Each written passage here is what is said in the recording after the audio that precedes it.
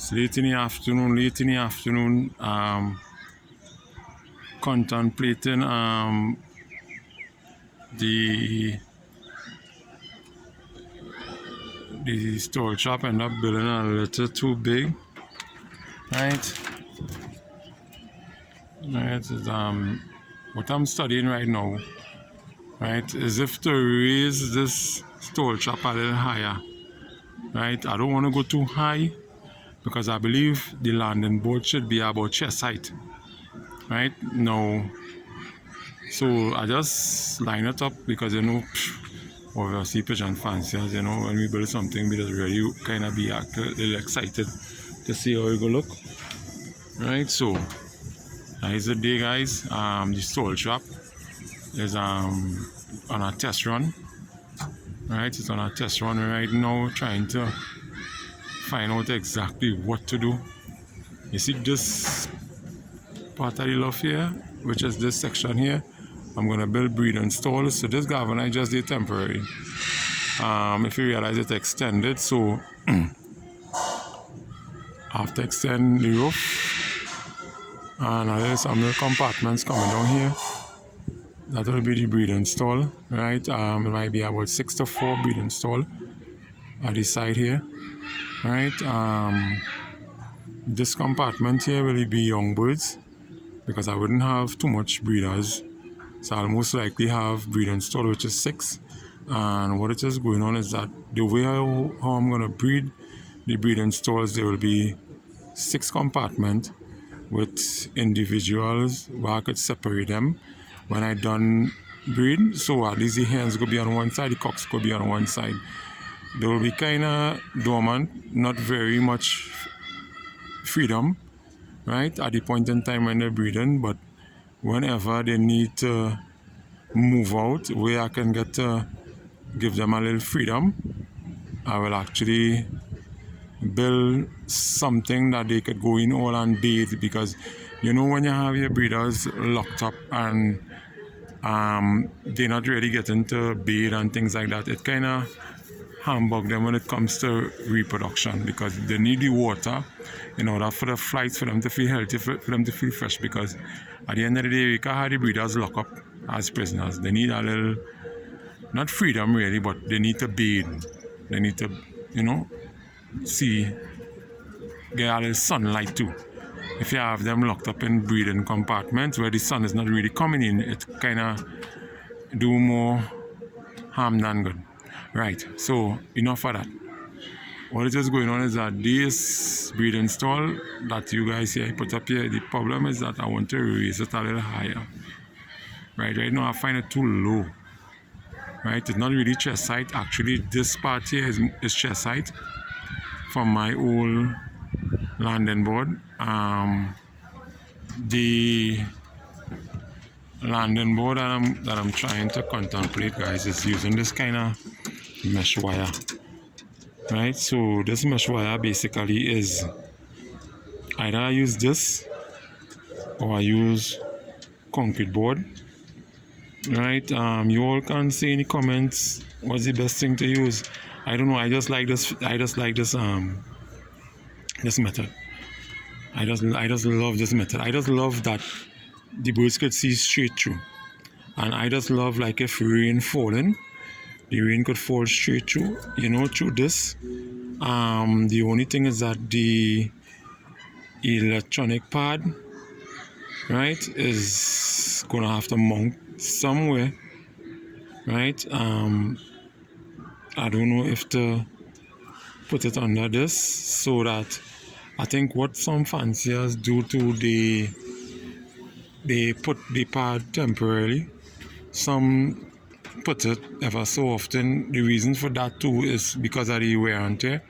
Sun and rain, eventually it's the material, the plastic is not going to stand up, because I actually don't know if the manufacturer make that material to take all that climate change in Trinidad and Tobago, because for the last couple of days we have some really hot weather. So I think the sun and rain, this is my antenna here. I think what went on is that the antenna did separate, right? So I end up putting some, if you look in the corner here, I put back some plastic well to keep it in place, right? You can see it here, yeah, to keep it from moving, because the sun does really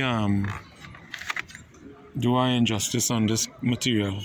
And I believe material from other countries like plastic and thing, I don't know, I don't think it could withstand the climate. So to me, I know when you put it there, it's a less work to be moving it and moving it. Also the wiring, you don't want to be moving it up every minute because it could actually be short off. But let you guys, you can leave some comments, you know, let me know what it is to do. I only end up at 6 birds, right, from this whole season for now. As I can't open the door because the way how it built it blocking the door. I have this lovely pair here, this blue-bar hen, and this big silver cock, right, and also I have, let me see if I could see these two on top here. These two on top here. There's our next pair here. The silver cock and that blue-bar hen up there. Right. I have for my young bird this blue-bar up here. Right. I don't know if all you could see it. It's a little dark. Right. A little dark. Right. Let me see if I could. Right. Nice. So that's it there. As you could see him. Right.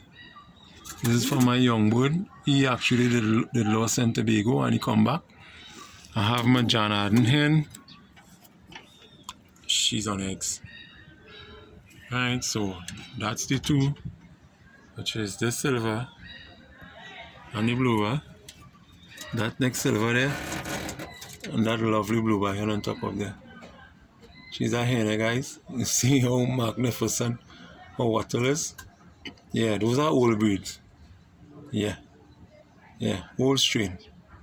So those are my breeding birds for 2024, and that's all.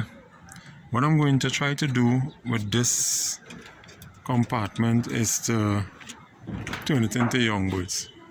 Yeah, so eventually I might just lock off the center board here, move the separator, all the box perches inside of here, I might remove that. I might just put perches, right? So the youngsters then will have more room. I will try and at least facilitate so I could have 20 youngsters inside of here. It could be less, right? I don't know if I will go that way.